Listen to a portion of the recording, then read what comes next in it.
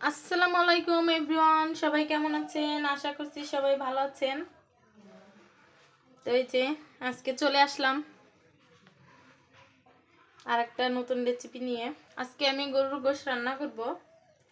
তার জন্য এই যে চুলায় একটা কড়াই বসিয়ে পর্যাপ্ত পরিমাণে তেল দিয়ে নিয়েছি।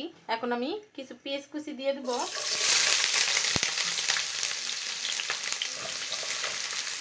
তো এই যে পেঁয়াজ কুচিগুলো আমি দিয়ে নিলাম। পেঁয়াজগুলো আমি ছোট ছোট করে কেটে নিয়েছি। সাথে কিছু তেজপাতা, দারচিনি, এলাচ এগুলো দিয়ে দিলাম। দিয়ে এটাকে আমি একটু ভেজে নেব। তো এই যে দেখুন আমার পেঁয়াজটা একটু লাল লাল হয়ে এসেছে। তো এই পর্যায়ে এখন আমি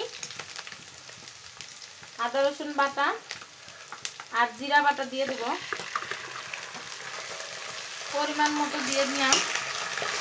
দিয়ে এটাকে আমি একটু ভেজে নিয়ে পানি দিয়ে দিলাম।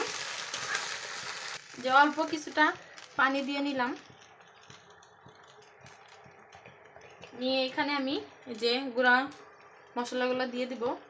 এখানে হলুদের গুঁড়া, ধনিয়ার গুঁড়া এবং মরিচের গুঁড়াটা আমি বেশি করে দিয়েছি, ঝাল ঝাল করে রান্না করব তাই জন্যে।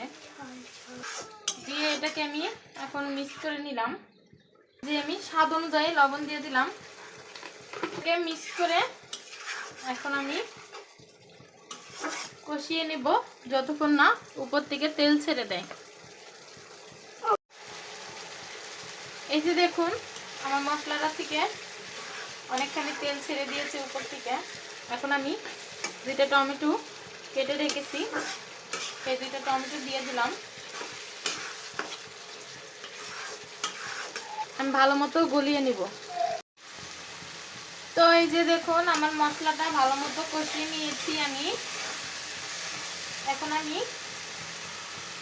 গরুর মাংসগুলো দিয়ে দেব। তো এই যে গরুর মাংসগুলো দিয়ে আমি ভালো করে মিক্স করে নিব।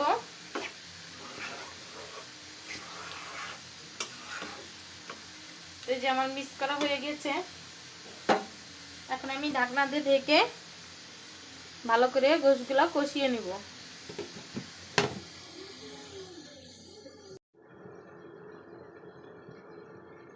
তো এই যে দেখুন আমার মাংস থেকে যে পানিটা বের হয়েছিল সেটা দিয়ে আমি একবার গোশটা ভালো মতো কষিয়ে নিয়েছি। সাথে কয়েকটা আলু দিয়েছি। দিয়ে যে এখন আমি একটু আলুগুলা দিয়ে কষিয়ে নেব আর একটু ভালো মতো।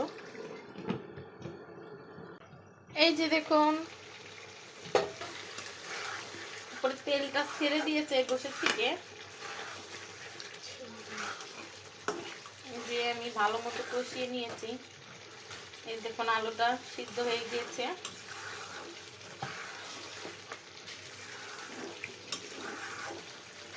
সুন্দর একটা ঘ্রাণ ছেড়েছে। তো এখন আমি ঝোলের পানি দিয়ে দিব।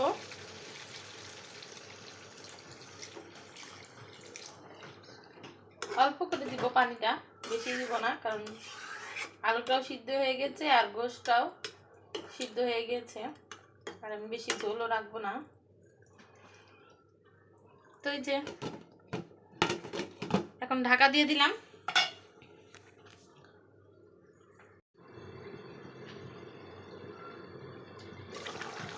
তো এই যে দেখুন আমার তরকারিটা এখন এই পর্যায়ে।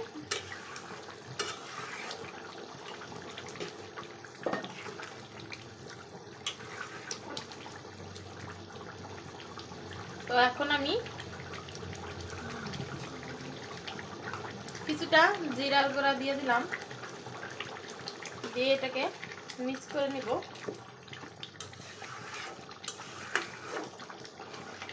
মিক্স করে আমি আর অল্প কিছুক্ষণ রান্না করে নিব।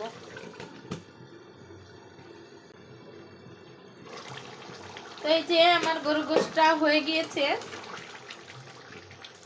এই যে দেখুন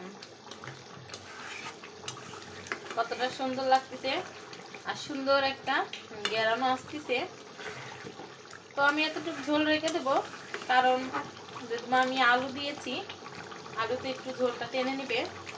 আর কেমন লেগেছে আজকে আমার গরুর গোশের রেসিপিটা অবশ্যই কমেন্টে জানাবেন। আর যারা যারা আমার চ্যানেলে নতুন তারা আমার চ্যানেলটা লাইক, কমেন্ট এবং সাবস্ক্রাইব করে যাবেন। আল্লাহ হাফেজ।